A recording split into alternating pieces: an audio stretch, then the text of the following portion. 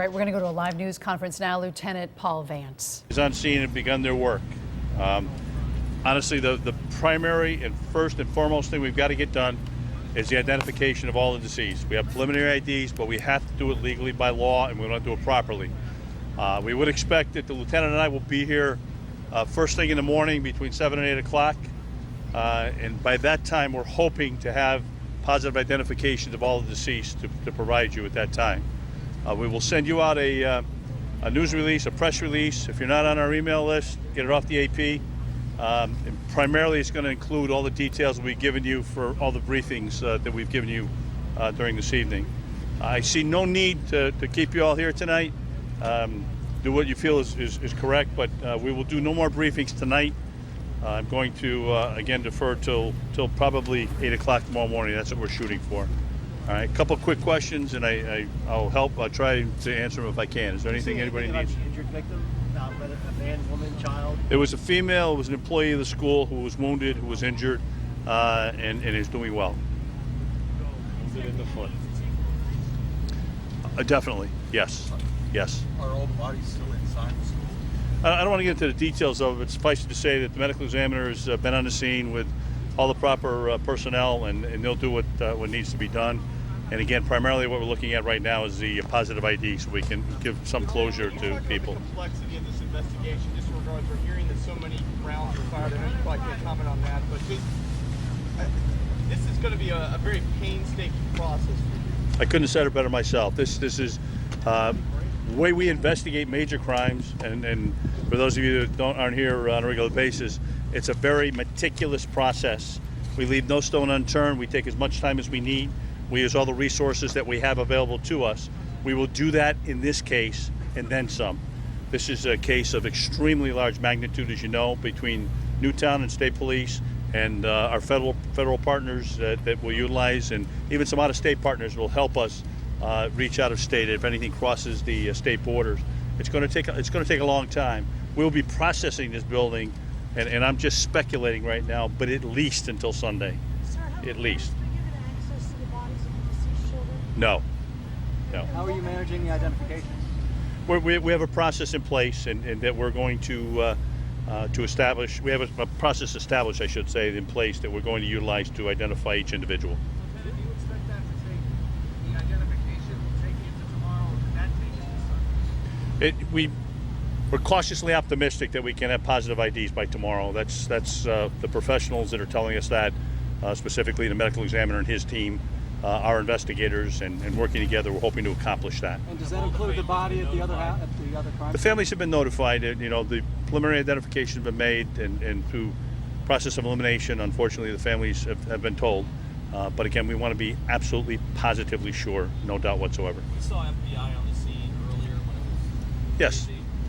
What was their role, or is there still a role for them right now? Well, certainly they're with us, working with us. There are federal partners here from FBI, ETF, all offering services and any specialization that they have, offering ability in case something crosses state lines. There's simply stated, everyone's come together in the law enforcement community. This is a massive investigation, so that many law enforcement agencies don't have to ever undertake. So we're certainly Newtown State Police working side by side and utilizing any resource that we may need, and we're very appreciative of all the help that we're getting. Can you talk about this point that there is any Yes. but the perpetrator inside that is involved, any accomplice? No, at this point in time, we're confident that we have the shooter in this incident. Can you talk about the specific classroom?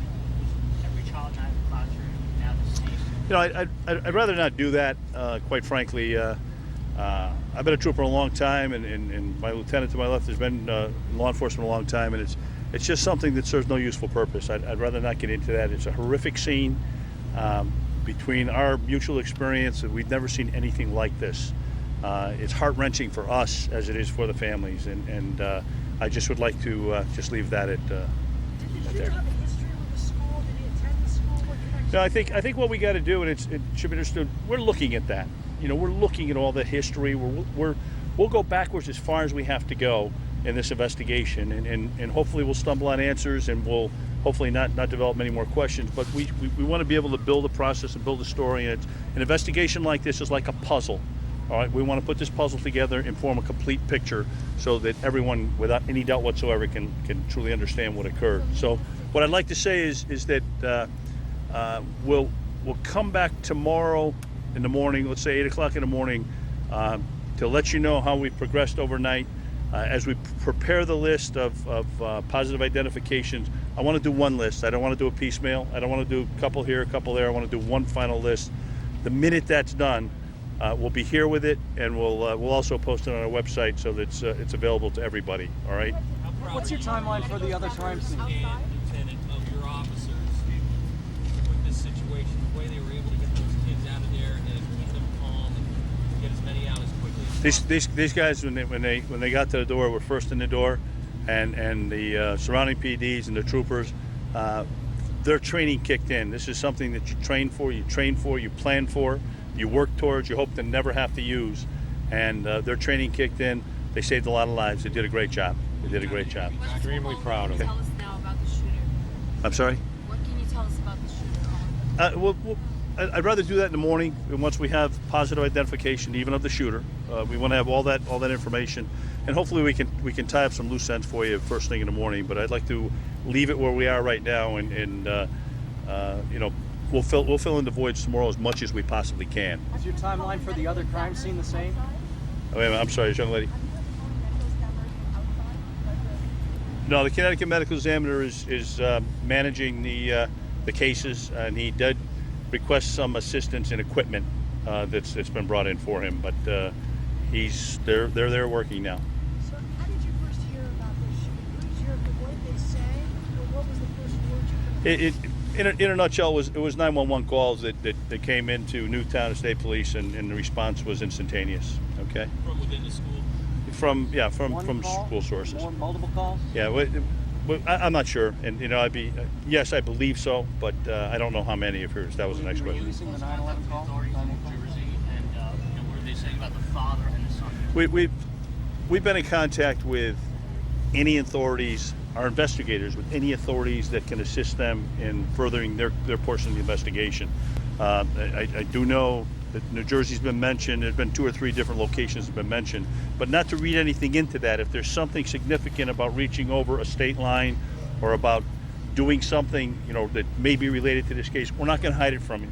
We'll make it available to you. We'll certainly provide you with that information, but you know, don't read something into it just because you hear that we've gone to authorities in another state. That doesn't mean anything really. Lieutenant, with the number of resources you have here for this, how are you delegating this scene in regards also to the rest of the state that has to be covered? It's working fine. We've got people on extended shifts. Some people are going to work extra hours, and suffice it to say, everybody's all hands on deck. We'll get this done, and we'll do whatever it takes to accomplish this in a timely fashion.